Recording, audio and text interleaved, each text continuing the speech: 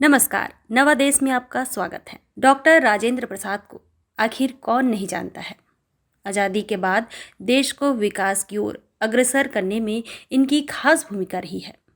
3 दिसंबर 1884 में बिहार के सिवान जिले के जीरादेई गांव में जन्मे प्रसाद जी भारतीय लोकतंत्र के पहले राष्ट्रपति बनकर देश के प्रति अपनी जिम्मेदारी को पूरी निष्ठा से निभाया। प्रसाद जी महान स्वतंत्रता सेनानी, उनका सरल व्यक्तित्व, निस्वार्थ सेवक, सफल राजनेता, विद्वान वकील, सादगी, त्याग और देशभक्त नेता आज हर युवक के लिए एक प्रेरणा है। प्रसाद जी बाबू के कांग्रेस पार्टी के भी अध्यक्ष रहे। राजेंद्र प्रसाद जी शुरुआत से ही राष्ट्र के लिए समर्पित रहे हैं। भारतीय स्वतंत्रता अभियान के दौरान ये भारतीय राष्ट्रीय कांग्रेस में शामिल हुए थे।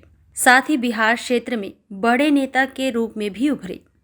अंग्रेजों के खिलाफ चंपारण के किसानों को न्याय दिलाने में गांधी जी की कई महत्वपूर्ण राजनीति तैयार की, जिससे राजेंद्र जी इतने प्रभावित हुए कि उन्होंने बिहार आंदोलन में गांधी जी का पूरा सहयोग किया। उन्होंने गांधी जी के विचारों, योजनाओं को जनमानस तक भी पहुंचाया, जिसके कारण वहां के लोग प्रसाद जी को बिहार का गांधी कहने लगे।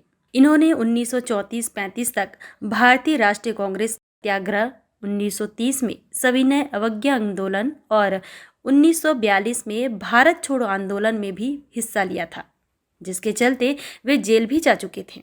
डॉक्टर राजेंद्र जी के लिए एक बार गांधी जी ने कहा था, मैं जिस भारतीय प्रजातंत्र की कल्पना करता हूँ उसका अध्यक्ष कोई किसान ही होगा। फिर वह दिन आया जिसके लिए अनेक स्वतंत्रता सेनानियों, नेताओं, लोगों ने अपनी प्राणों की आहुति दी और कई वर्षों के संघर्षों के बाद 1947 को भारत आज़ाद हुआ। इसके साथ ही 1950 को भारत एक स्वतंत्र गणतंत्र के रूप में नई पहचान के साथ पूरे विश्व में पुनः जाना किया और तब इनकी लोकप्रियता, सादगी और निष्ठा की वजह से प्रसाद जी को भारत का पहला राष्ट्रपति भी चुन लिया गया।